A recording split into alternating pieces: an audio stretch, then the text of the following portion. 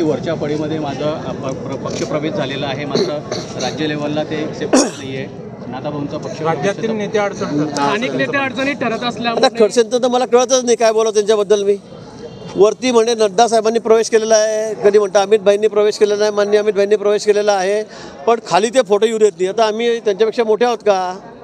आता वरिष्ठांनी जर त्यांचा प्रवेश केलेला आहे तर आम्ही त्यांना थांबवणारे कोण आहोत? उगाच आमचं नाव घालायचं आणि सोयीचं राजकारण करायचं. सोयीचं राजकारण म्हणजे सून आली की आपण BJPचं काम करतो, आता राष्ट्रवादी आली की मी मुलीचं काम करतो.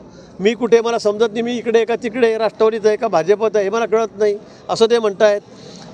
शरद पवार साहेब म्हणताय राजीनामा देऊ नको. आता तुम्ही जर म्हणताय मी रक्षा खडसेंचं काम केलं तर मग तुम्हाला ते पक्षात कसं काय ठेवताय? तुमच्या आमदारकीचा राजीनामा का मागत नाही?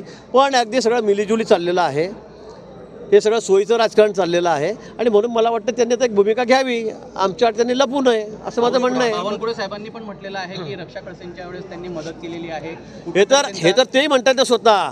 हे खडसे साहेबही स्वतः म्हणतायत की मी मदत केली. आमच्या सन्माननीय मंत्री रक्षाताई या पण म्हणाल्यात की खडसे साहेबांनी मला किती मदत केली.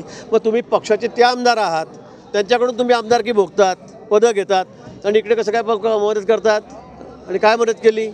हाही प्रश्न आहे. मदत केली असेल तर तुम्ही त्या पक्षात राहून तरी पण शरद पवार साहेब म्हणतात मी यांचा राजीनामा घेणार नाही. मग एवढं प्रेम का? म्हणजे दुटप्पी भूमिका आहे. याही दगडावर पाय ठेवायचा, त्याही दगडावर पाय ठेवायचा, अशी दुहेरी भूमिका घेऊन राजकारणामध्ये चालणार नाही. म्हणजे घरामध्ये सगळे पदं पाहिजे, वेगवेगळ्या पक्षांचे पाहिजे, हा कुठला प्रकार आहे आपला? भाजपनं आपण एकच भूमिका स्पष्ट करावी. भाजपनं एंट्री दिली नाही तर राष्ट्रवादीचं काम करेल आता त्यांनी असं म्हटलं. मला वाटतं ते सध्या राष्ट्रवादीचंच आहेत, त्याच पक्षाचे आमदार आहेत.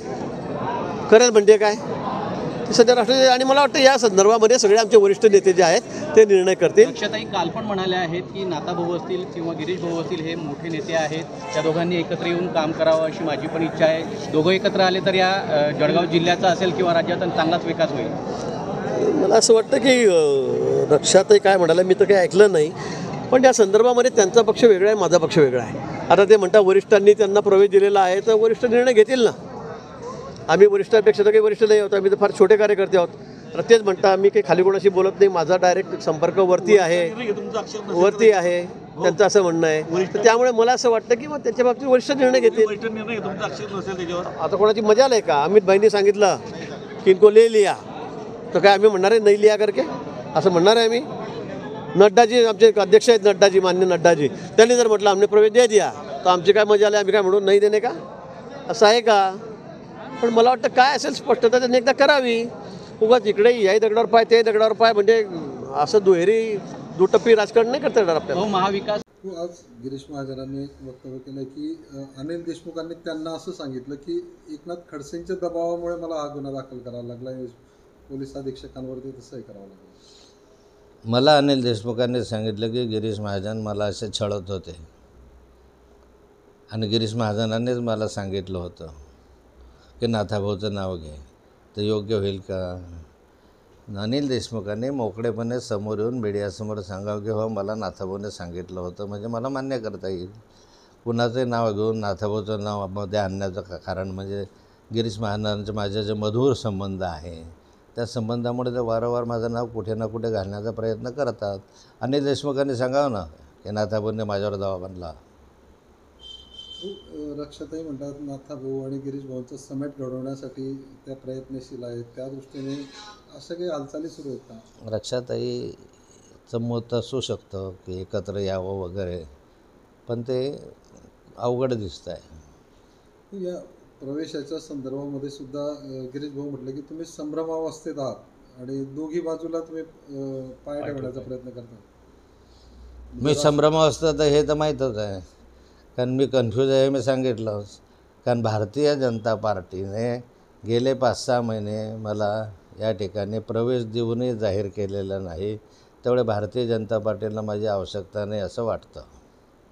मी काही अडचणीमुळे भारतीय जनता पार्टीमध्ये जाण्याचा निर्णय घेतला. त्या अडचणी अजून आहेत, काही दूर झालेल्या नाहीत, पण मला तसं आश्वासन देण्यात आलेलं होतं.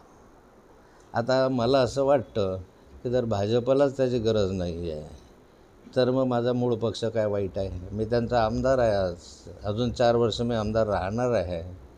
त्यामुळे भाजपने जर मला हे नाही केलं तर मग माझा मूळ पक्ष बरा आहे ना, मी राष्ट्रवादीत जाईल.